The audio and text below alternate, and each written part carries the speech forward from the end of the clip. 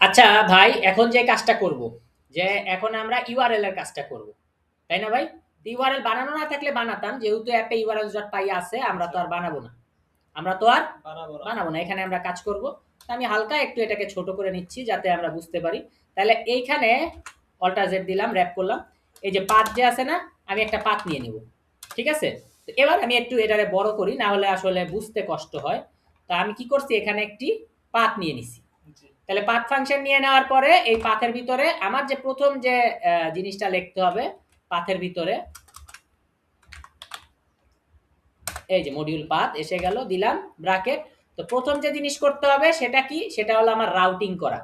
এই যে এখানে কিন্তু আমি ভিউতে লিখেওছি যে ইউআরএল এর রাউটিং করতে হবে, তারপরে ভিউয়ার ফাংশনটা নিতে হবে, তারপরে ইউআরএল এর নেম প্যারামিটার দিতে হবে। ঠিক আছে ভাই? তাই urls.py এ যাই, তাহলে রাউটিং করি প্রথম কাজ। ঠিক আছে? আমি এখানে কি কি করতে হবে, এখানে আমি আবার উপরে একটু লিখি।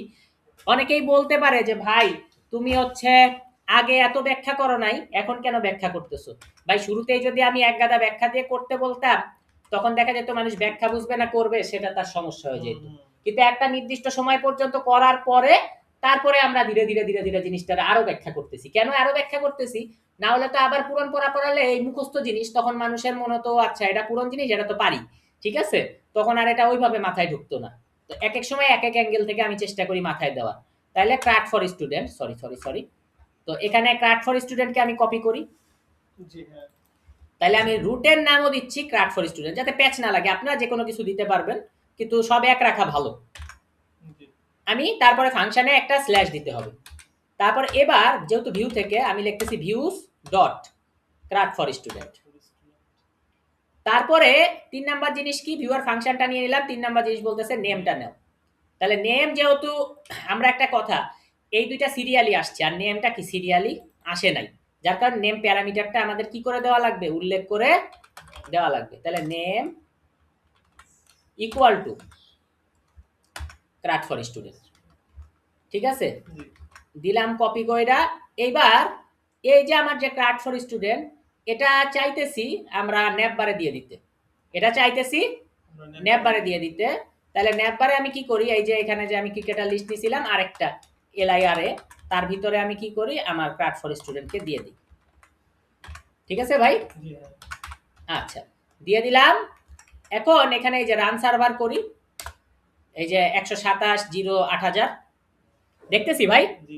আচ্ছা, এইখানে রান সার্ভার করি, আসতে একটু টাইম লাগতেছে, আমরা জানি যে একটু এগুলো সময় সাপেক্ষ ব্যাপার।